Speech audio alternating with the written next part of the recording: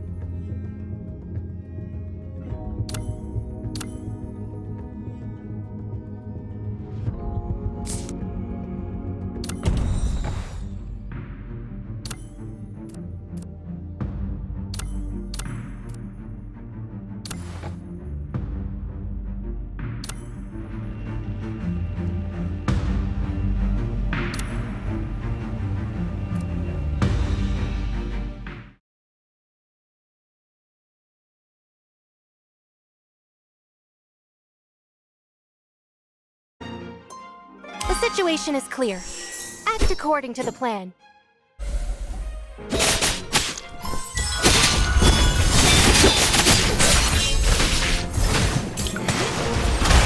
walk in the rain.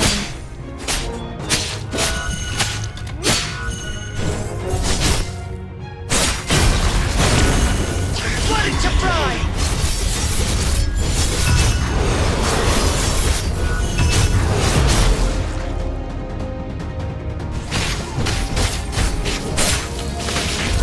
Pluck the heartstrings!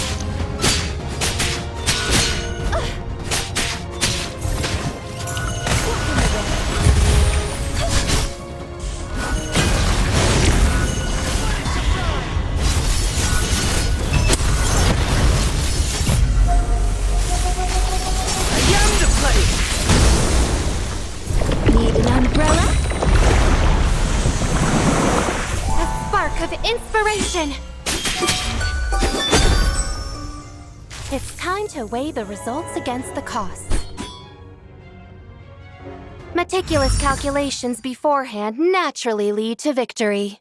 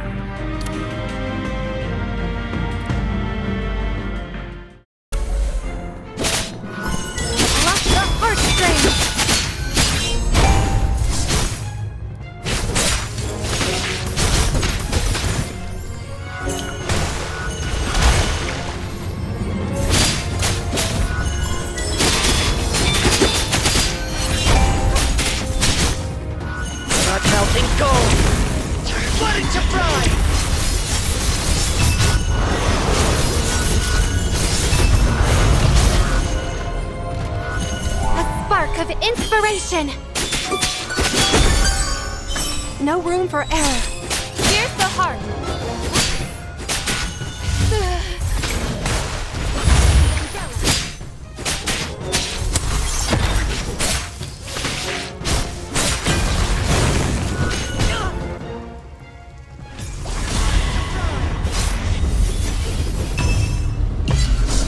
Time to sound the retreat. When the Lord of Weapons weaponry marches to battle, victory is assured.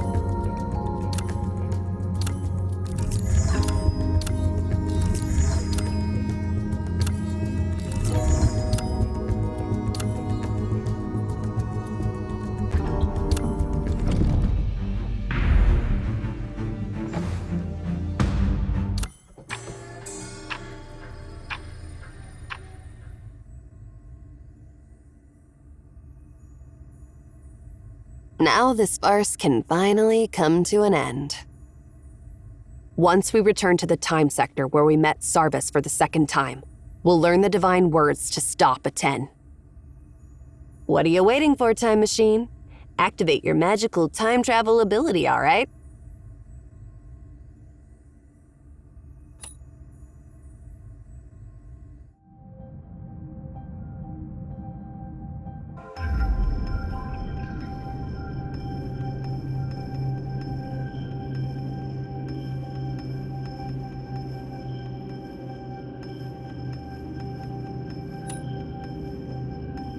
There's no point in thinking about that now.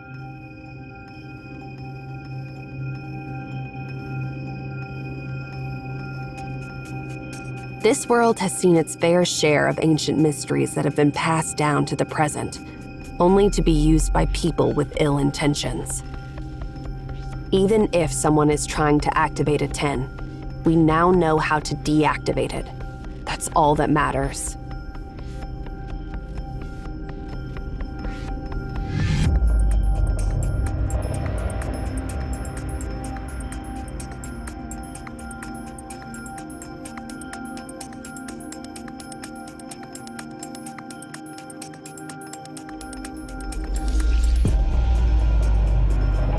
Besides us, the only ones who know the secrets of anomalies and might intend to use them are Nemesis.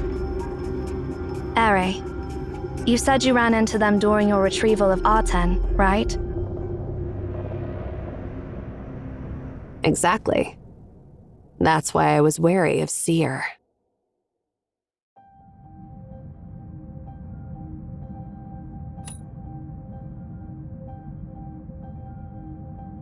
All deeds have consequences.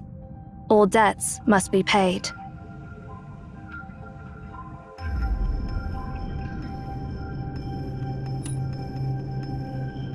That's their motto. How can I give you a brief explanation? To put it simply, here's the perfect example. Do you think something like a 10 should be known to the world? These artifacts possess the power of easily obliterating an entire civilization. You've witnessed the destruction of Akedaton and the war between Japheth and Obed. It merely revealed a fraction of its existence, and that was enough to change the course of the world. Countless people were frantically seeking it, whether it was for immortality, overthrowing another dynasty, or simply catching a glimpse of its eternal glory. Even in this era, where human intelligence supposedly reigns supreme, we no longer worship the god of the sun. Do you think a nuclear fusion reactor should be revealed to the people of this era? Will it bring about an energy revolution, or just another war? Humans of every era believe their intelligence to be superior, yet they fall prey to the same mistakes time and time again. The power of the unknown is a sweet poison. Now you're well aware of that, right?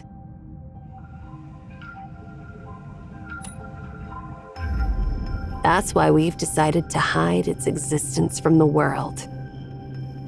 To safeguard them from any intrusion or exploitation. Let it fade away until its very existence falls into oblivion. That's the philosophy of us Emaon and the philosophy of CAVE.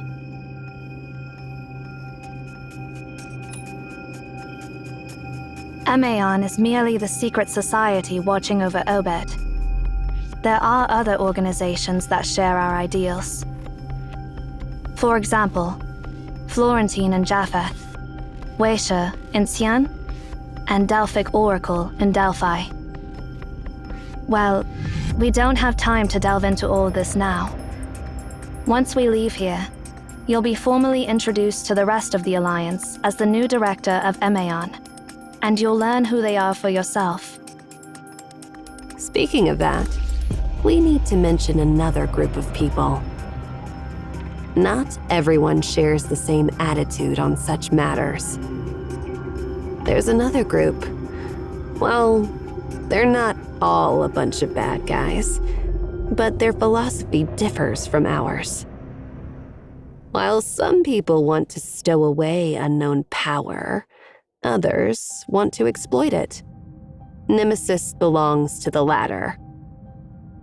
They see it as something that can propel human civilization forward by hundreds of years, if thoroughly studied, and they see no reason to set it aside instead of utilizing it.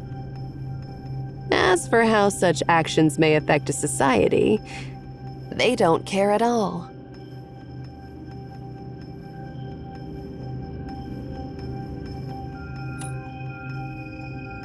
Your summaries are on point. I'm impressed. But have you forgotten that you're part of our crew now? With the Library of Babel open, we Emaon have no means of stopping outsiders from invading the tower. However, if they were really to do that, they would just end up lost in an infinite ocean of information.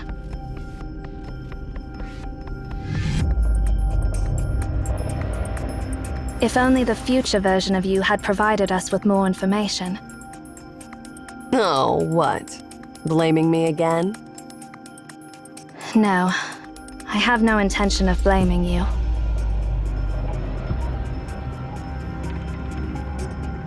You're smarter and more cautious than anyone else.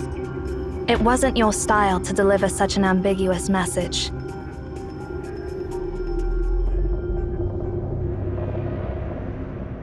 You're giving me too much credit.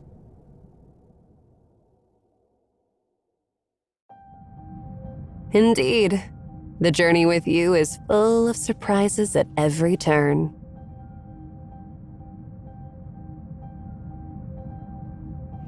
Well, this trip is definitely not boring. Quit lazing around. Let's get moving.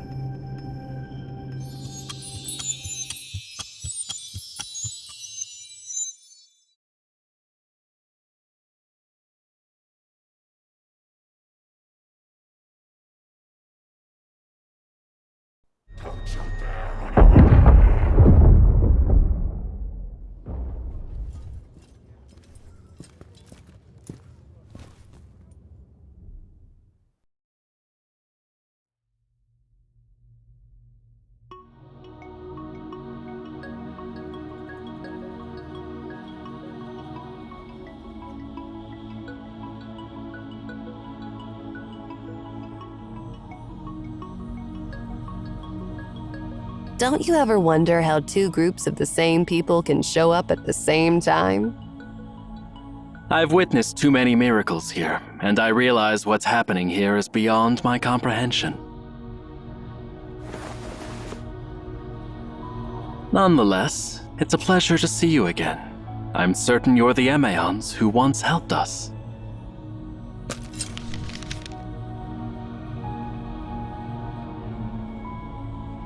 As promised, I've brought you a copy of the Divine Words.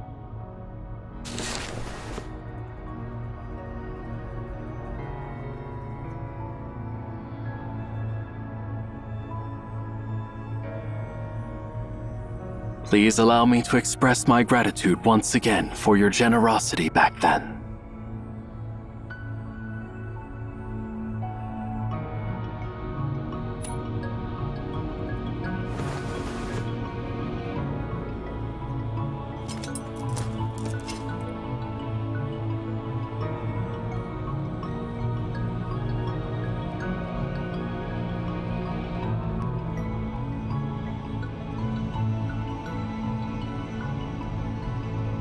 I understand that you Emaons have your own principles of conduct and you don't want your deeds to be publicized. But I promise you, even if the people of Japheth don't know what they've been saved from, I'll never forget your heroic deed. I'll never forget your noble character and selflessness. If you ever find yourself in trouble in the future, I'll assist you in any way I can.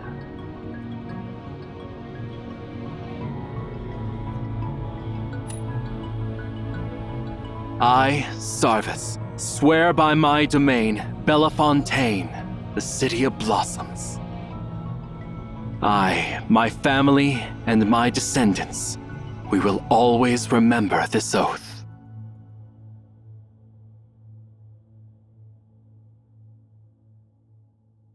from now to eternity.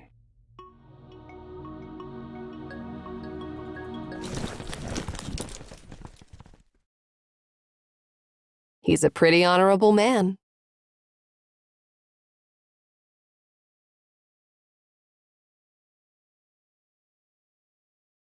Bellefontaine. Sarvis. So, he is the first leader of Florentine.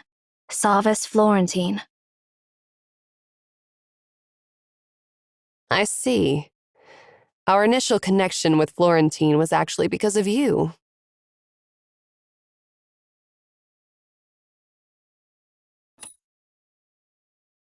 Sometimes I wonder where you've been all these years.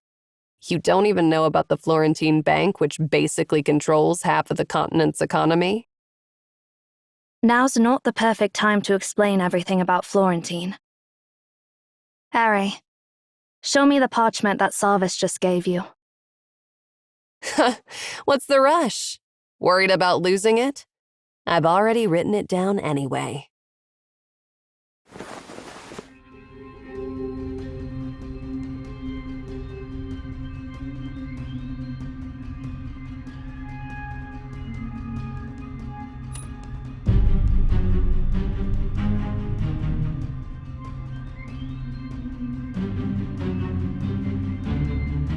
Zero.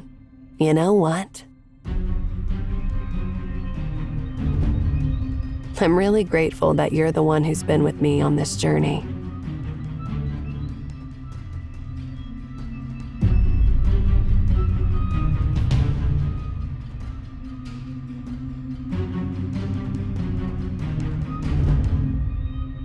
And you too, the candid seer, sometimes to the point of being foolish.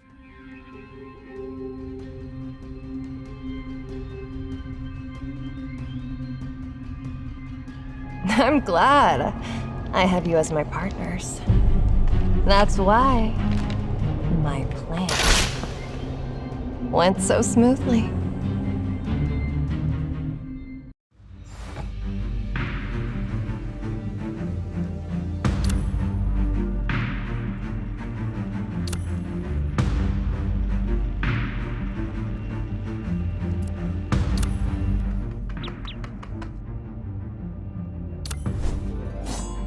It's time to compose a new piece.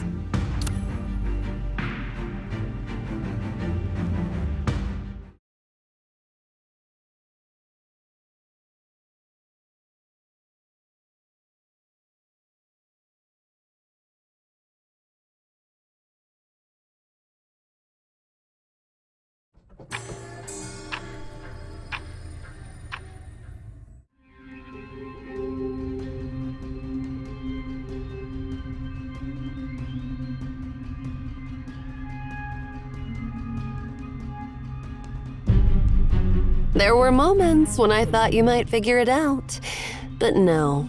You just stayed at the edge of truth and refused to step forward. But why? Let me guess. Because you don't understand my motives, so you chose to turn a blind eye. How arrogant. Oh, Zero. Empty of everything. Void of emotions. Yet, in the end, you earned everything. See? You really don't understand the feelings of an... I am his granddaughter. I am the rightful heir to the library. But that day, he brought you back. And then you took everything away from me. Are you done? Stop pretending to be a sad clown. That's not who you are. What do you really want?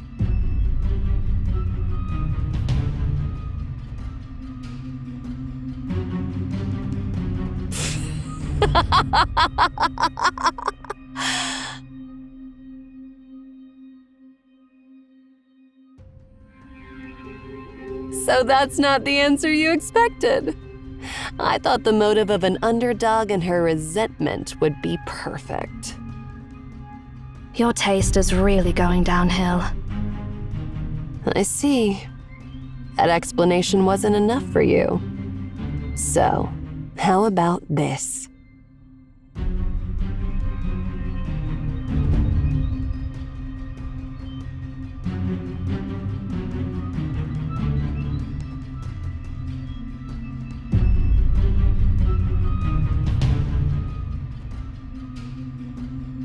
I'm simply tired of it all. Maon, CAVE, and this never-ending library. I've wanted to destroy everything here for a long time.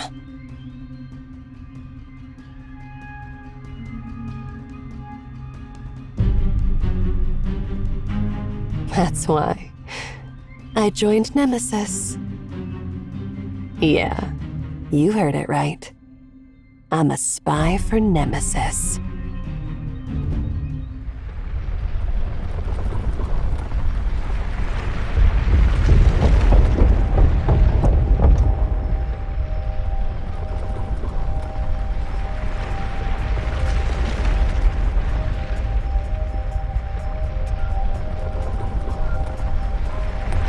Oh, perfect timing.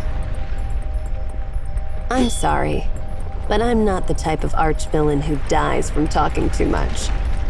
But you two?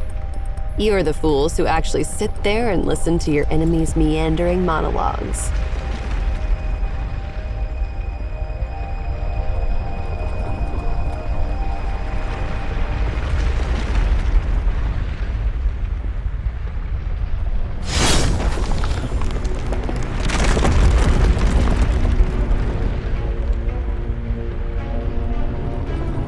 Zero.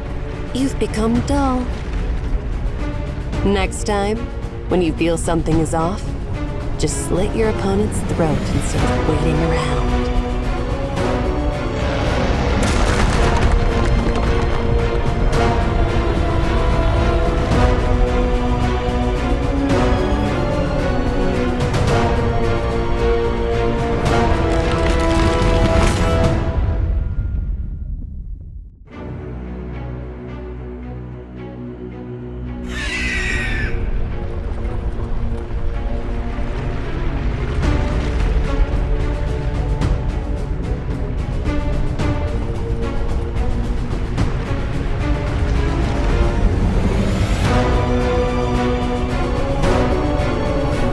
Goodbye.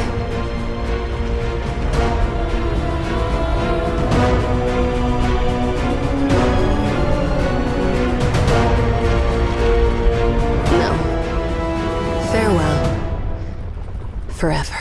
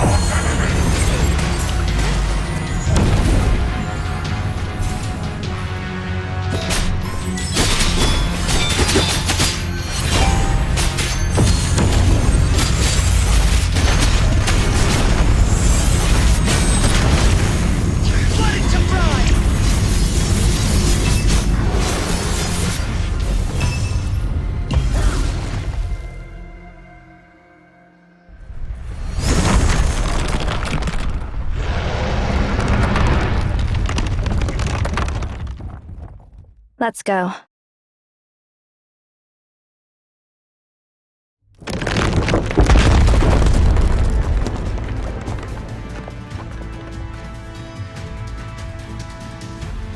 Don't you dare run away. Face me.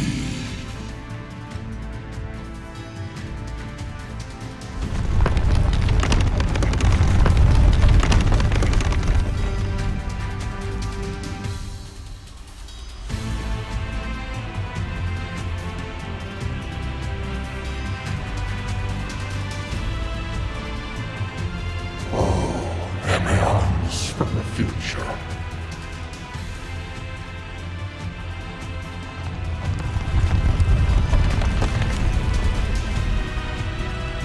If you truly are from 2,500 years from now,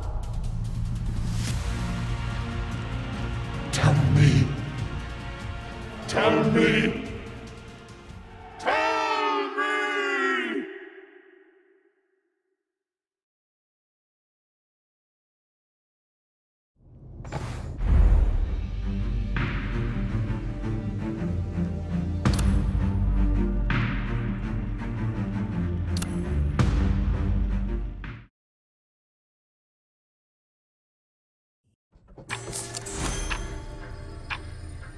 Tell me, Emeon.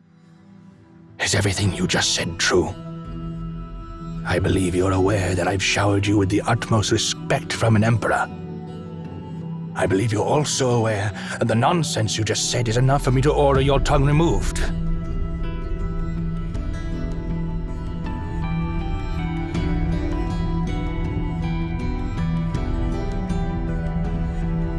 I've conquered the South, reaching the edge of the world.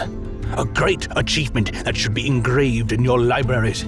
Yet you told me I'm far from seeing the entirety of the world. Indeed, Your Majesty.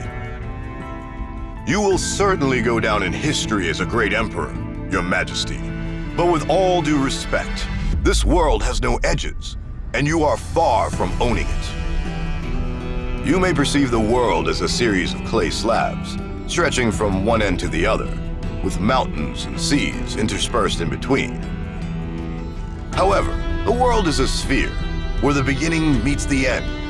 When one reaches the supposed edge of the world, they find themselves back where they started.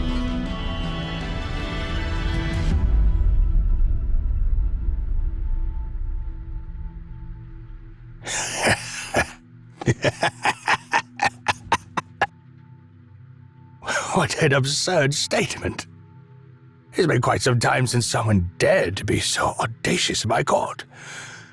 Nevertheless, I shall allow you to continue your discourse purely for the sake of entertainment.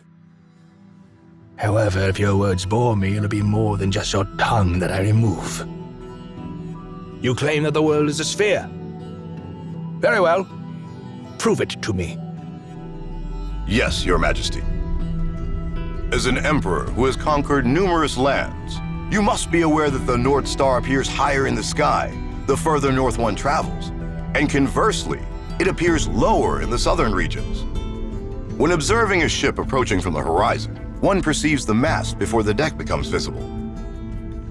The world is indeed a sphere, and the curvature of the land and the sea occurs beyond the range of our vision.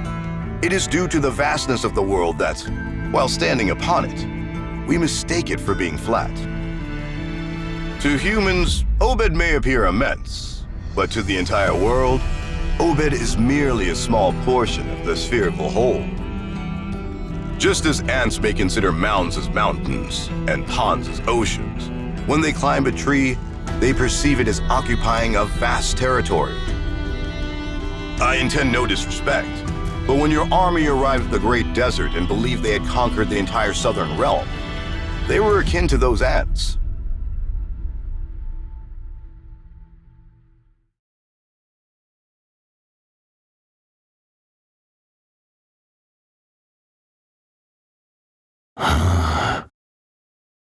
Why a sphere?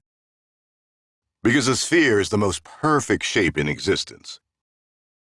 Natural forces strive to minimize the size of objects in all dimensions. A sphere possesses the smallest surface area for a given enclosed volume. It epitomizes perfection. I don't quite understand the ramblings of your crazy mind, but I can grasp that you consider the sphere to be the most favored shape. Indeed, Your Majesty. If your claims hold true, then regardless of how far I traverse, I shall never surpass its boundaries and merely return to my starting point. That is correct.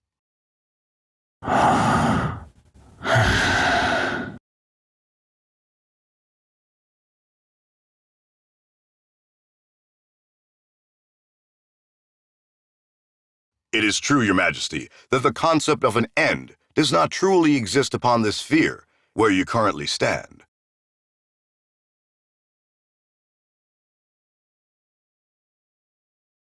I implore you to direct your attention there.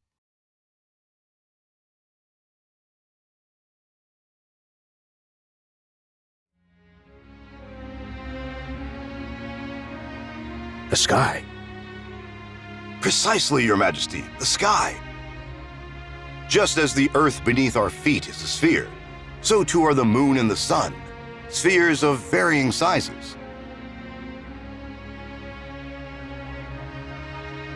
If the stars in the sky are indeed, as you claim, spheres, and the ground beneath our feet is but an inconsequential fragment from one of these spheres, doesn't that mean that all the land I've conquered so far is but a speck of dust in a vast sea of sand? It may be just a speck of dust, but it's a precious speck of dust, and our homeland. However, it's undeniable that it is, after all, just a speck of dust. Perhaps only by traversing this desert, which contains countless specks of dust, will you truly reach the end of the world. Are you frustrated by this revelation, Your Majesty? It's a capital offense to try to speculate on the mind of an emperor. Please, forgive my audacity. All I meant to express is that I have found solace in this realization. Solace, you say? Yes, I felt a sense of solace knowing that our thoughts, struggles, and everything we hold dear are insignificant compared to the world itself. Every day in this land, people kill or are killed, pillaged or are pillaged, for land, food, faith, and dogma.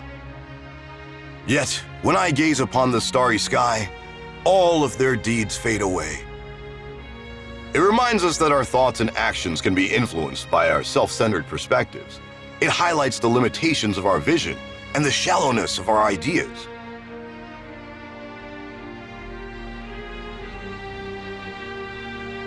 The world does not revolve around us, not even the ground beneath our feet.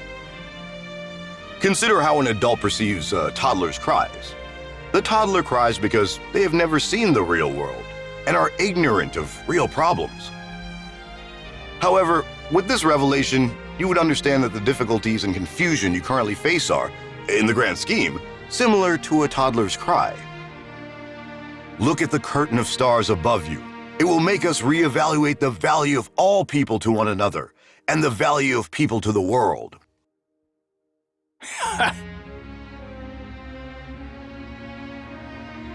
Well, that was quite a speech.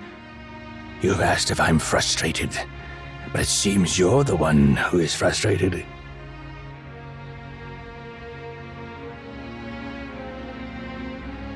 Indeed, Your Majesty.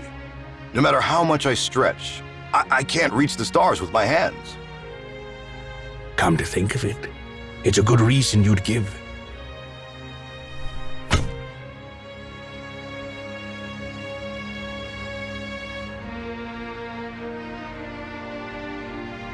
Such is your greatest insolence.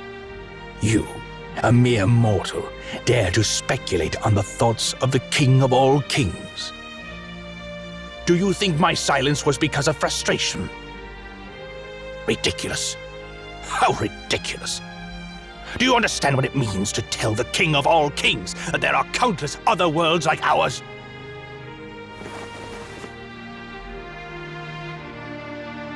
It means there are endless lands waiting to be conquered. Interesting. How interesting. If the barren desert in the south is the so-called end of the world, that would be truly disappointing. This world is so subtle and so vast, but as a scholar, all you do is revere it. This is where I'd say your mind is narrow. I'll conquer them. It's the highest form of homage I, as an emperor, can offer.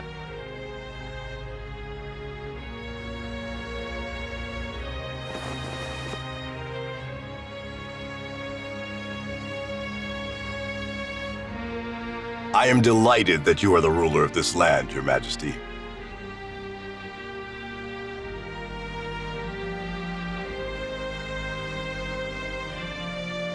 Emeon, I will be the one to conquer the distant stars.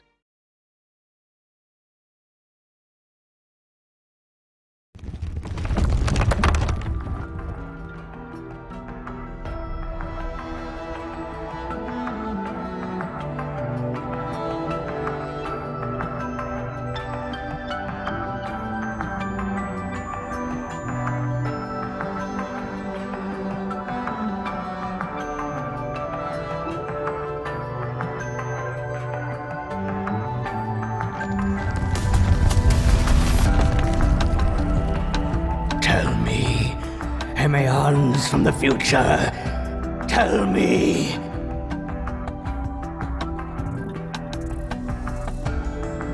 Did I conquer the distant stars?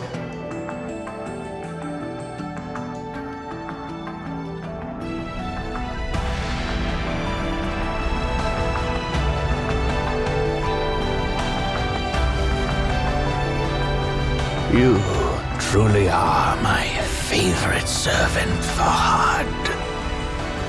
Arise, for I shall share my glory and dreams with you. One day we'll leave our footprints across the entire expanse of the sky.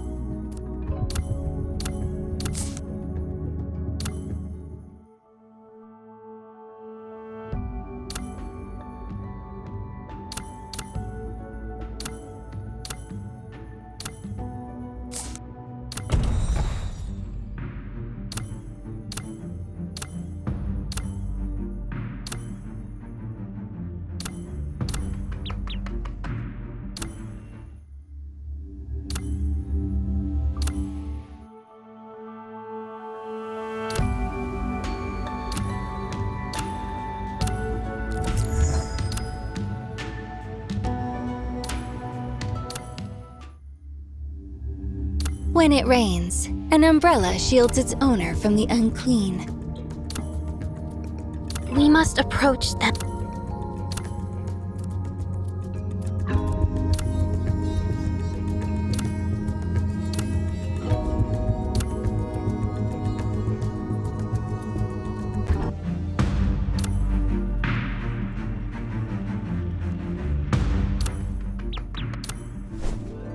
It's time to compose a new piece.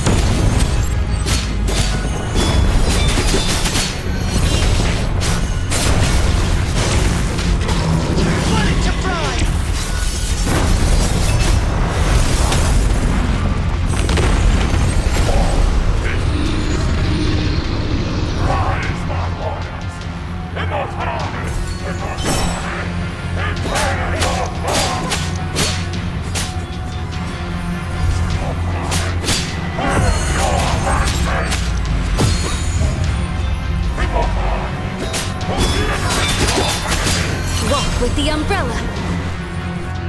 Walk in the rain. A spark of inspiration. Walk with the umbrella. Let it to fry!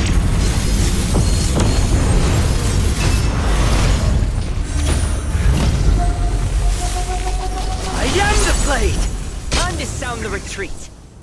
When the Lord of Weaponry marches to battle, victory is assured.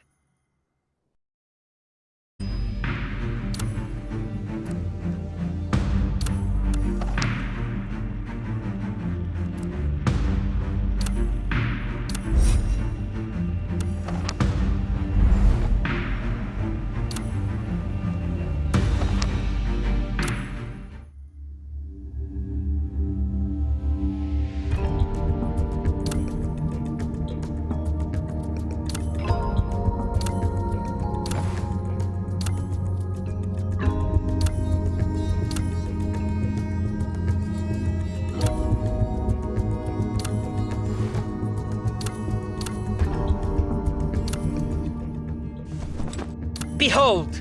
Witness the descendant of the Lord of... Come, rain or sun, the umbrella. It's time to compose a new piece.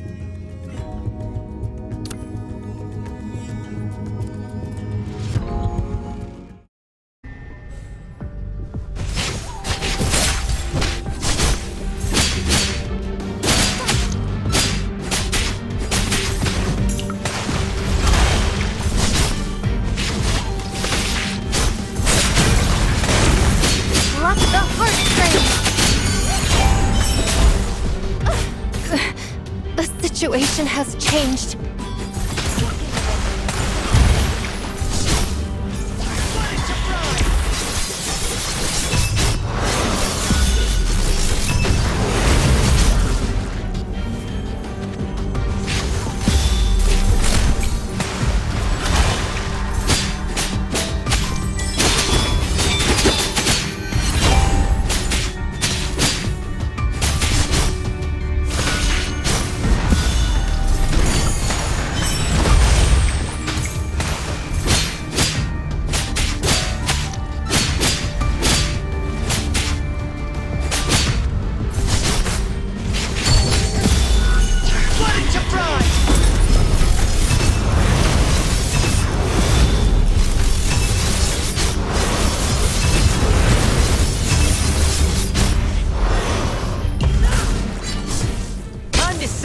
retreat. When the Lord of Weaponry marches to battle, victory is assured.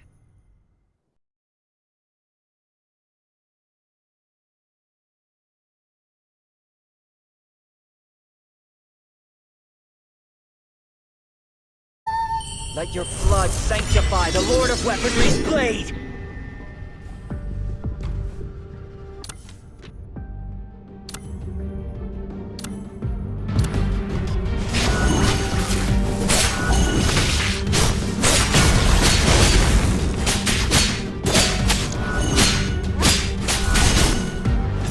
Let it to fry!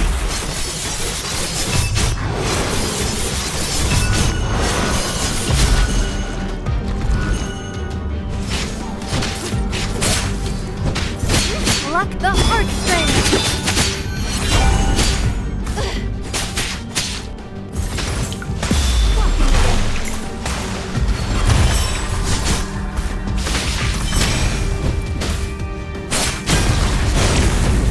Let it to fry!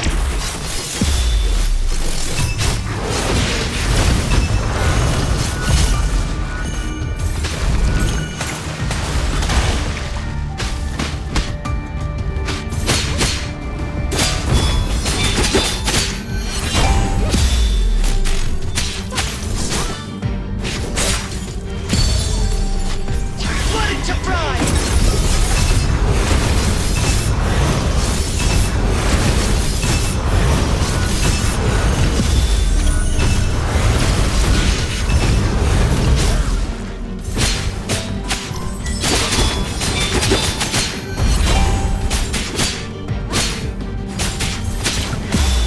Walk in the rain.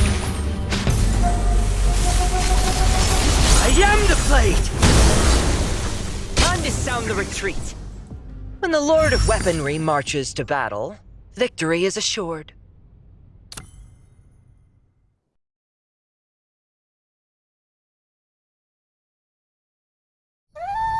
Let your blood sanctify the Lord of Weaponry's blade!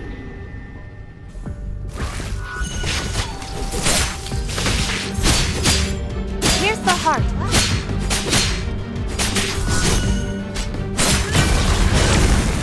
Let it to fry!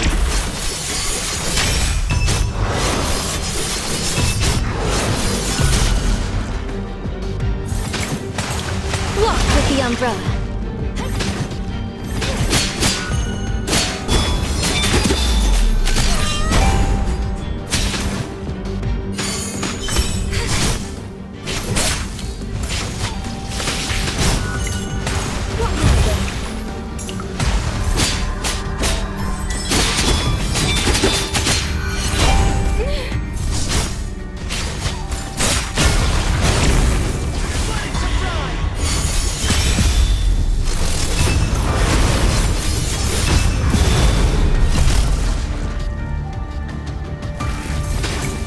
Walk with the umbrella.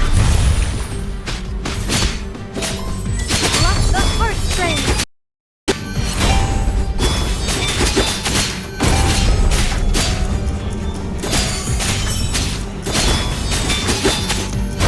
A spark of inspiration!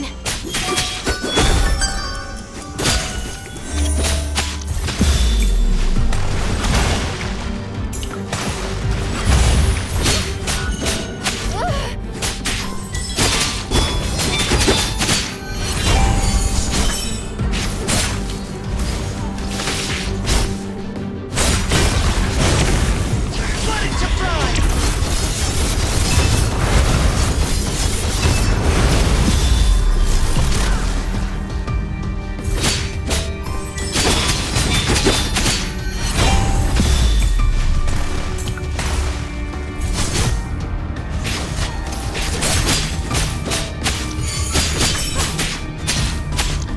Walk with the umbrella. Need an umbrella?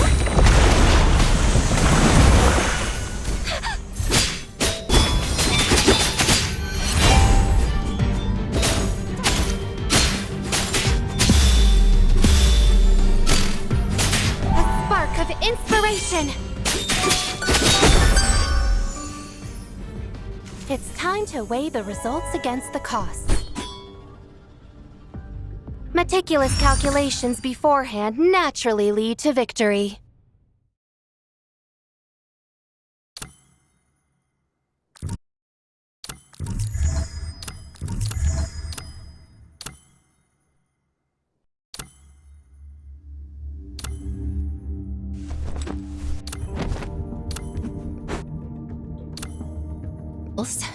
Even though I've seen through it all, I would need constant reassurance that you'll help me.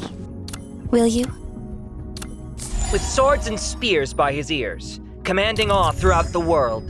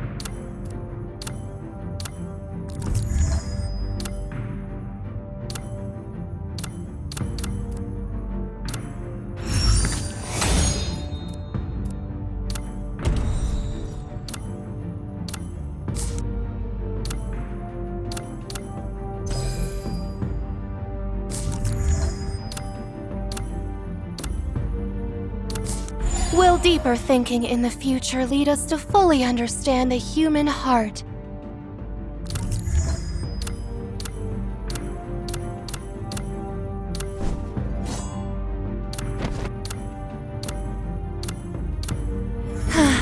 This reminds me of my days as an apprentice steward.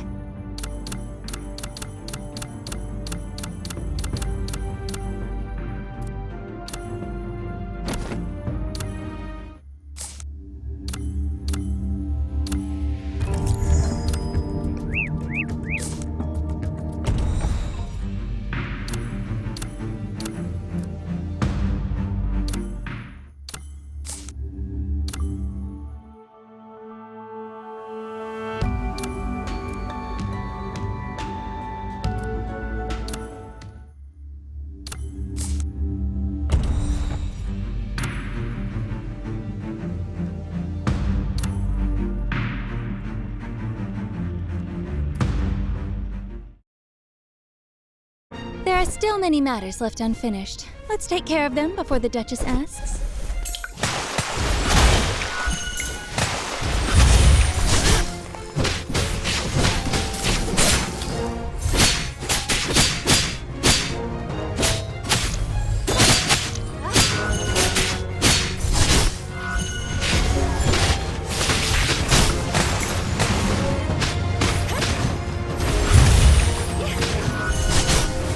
Need an umbrella? Blood melting sword! Blood into pride!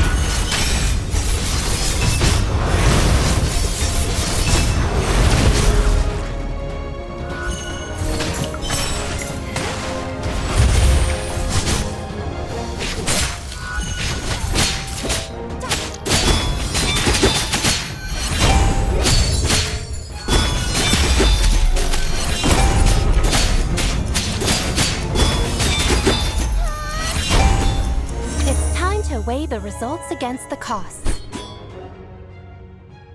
Meticulous calculations beforehand naturally lead to victory.